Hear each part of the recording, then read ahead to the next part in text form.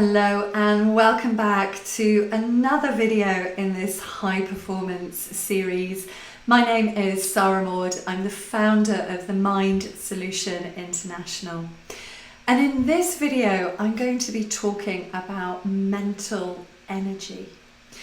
Now, if you were listening to the first video, you will have heard me talk about how in order to achieve a consistent high performance state, then we need to have the trifecta of mental, emotional, and physical energy.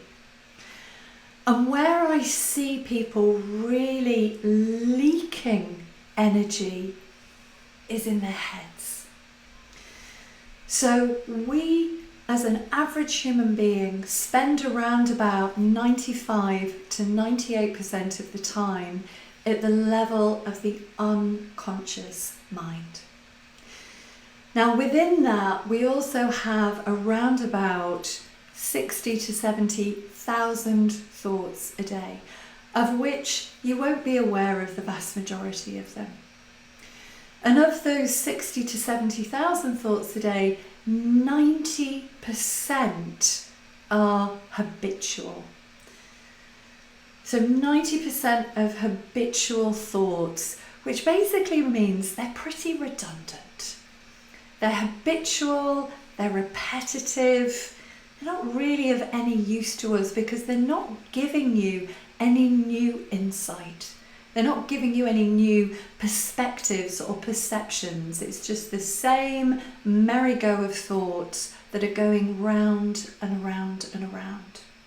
Now, one of the big principles for high performance is self-awareness, and I spoke about this in the last video.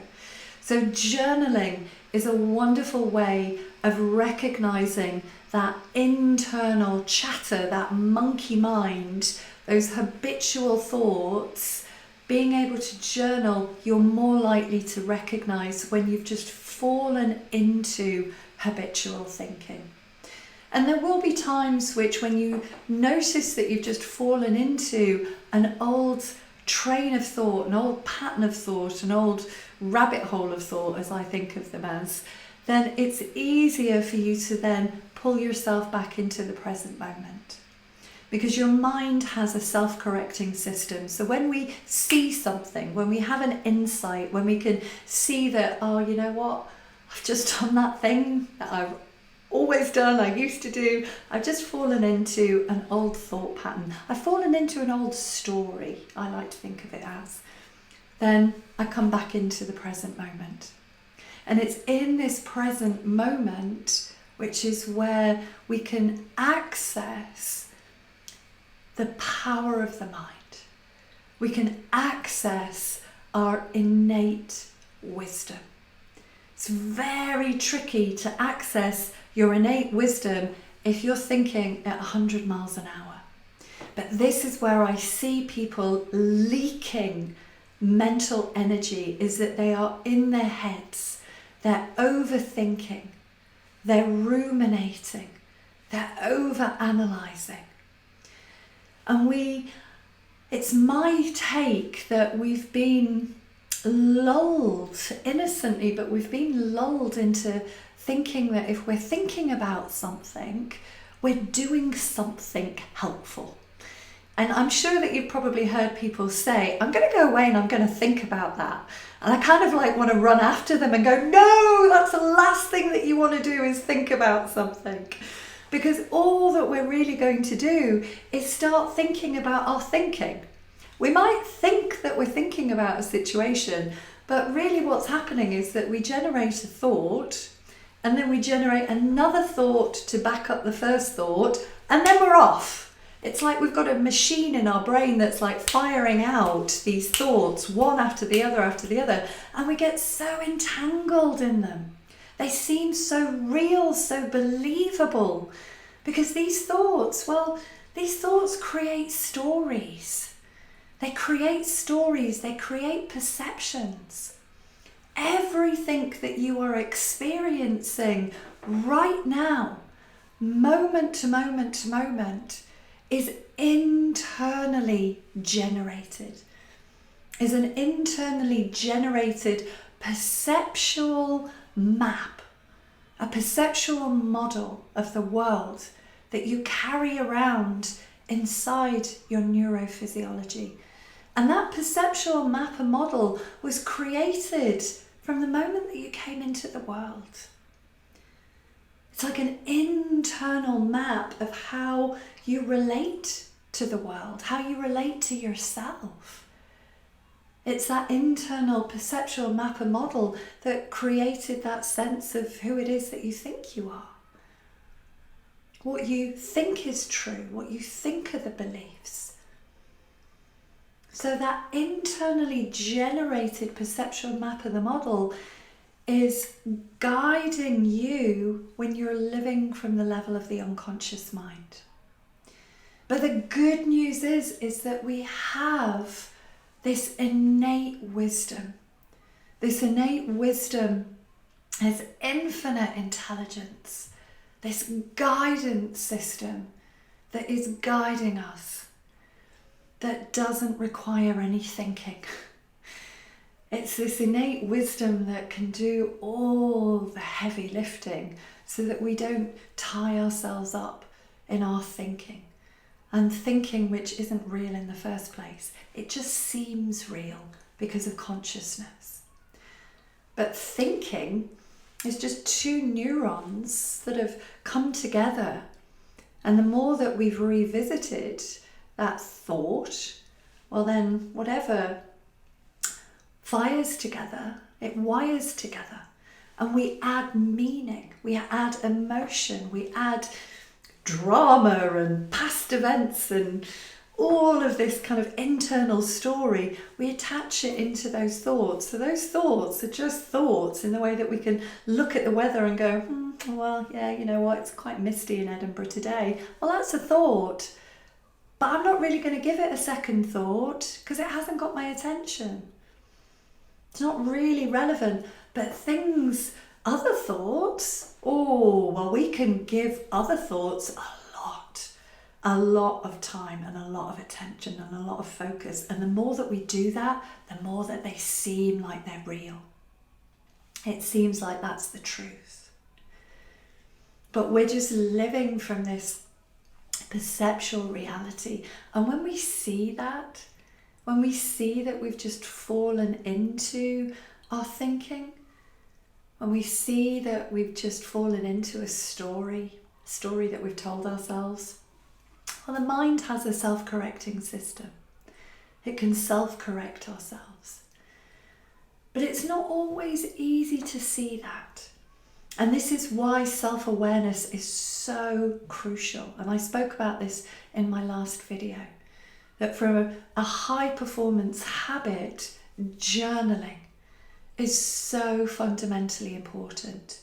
Because if we're not aware of those thoughts, those stories that we tell ourselves, about other people, about what's possible, about the world, if we're not aware of that, then we're always going to seem like we're victims of circumstance. We're always going to be living based on these thoughts as our reality. But the truth of who we really are is before all of that thinking. But if we're not aware, if we don't have that level of self-awareness, if we don't have raised levels of consciousness, then we can only see things from our current level of thinking. It's a little bit like, imagine that you're in a glass elevator. And at that first level, all you can see is your current level of thinking. So we can't really see the bird's eye perspective. We can't see the big picture. But as you move up those levels of consciousness, well, we can start to see more. We can start to see the dots being joined. We can see the bigger landscape. So working on evolving our mind, growing our mind, developing our mind, raising our levels of self-awareness and consciousness is absolutely critical for consistent high performance. And we can recognize when we are just caught in those stories so that we are not leaking energy. And that innate wisdom that we are tapped into that can do the heavy lifting for us, well, the more that we utilize that, the more that we're going to perform at a higher level, because our insights, our direction, our answers, our solution, they're coming from this innate wisdom, they're coming from this infinite intelligence, and they're not just coming from the intellect. Because our thinking forms part of the intellect, but the intellect, it only knows about the past. It only knows what it knows. Yet our innate wisdom, that's just a whole different level. And we can see examples in history of where people have had insights through their innate wisdom. And it's my guess, in fact, it's my guarantee, that if you were to go back in your mind and you were to reflect on when you had an insight, when an idea, a bit of inspiration just dropped into your mind, that you weren't doing very much. So I was having a conversation last week with the founder of a unicorn company, and I asked him, where does he get his best ideas from? And he told me, in the shower. In the shower is his creative thinking space. And I'm like, yes, I'm in the shower with you. I mean, I'm not in the shower with him, but I'm totally with him. That's where my thinking space is, because I'm not really focused on anything. So my mind is quiet. And that's the thing about when we spend a lot of time in our mind thinking and overthinking, we get into high range beta brainwave state, which is the survival brainwave state. So it's chaos, because we're not actually meant to be thinking, we're meant to be fleeing from whatever the perceptual danger is. So when we are thinking and overthinking and ruminating, and we've got all of this energy going on up here, well, we can't absorb information. We can't see the wood for the trees, because we're just going round and round and round on a merry-go-round of thought. We can't retain information. We can't make great business decisions if we're overthinking. And our autonomic nervous system will be on high alert, because if we've triggered the survival response, our body's going to be in survival response. We cannot perform from that state.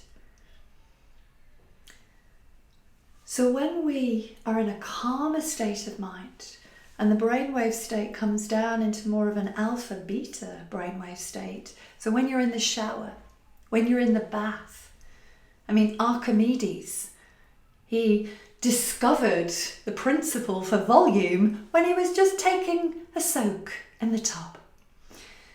Now, when you're out for a walk, when you're walking the dog, maybe even when you're driving the car, when there's very little on our mind, that's when we can really access our innate wisdom. And it's that innate wisdom that is going to guide us, is going to give us the answers that we're looking for. It's not going to come from our thinking. We just think that it is.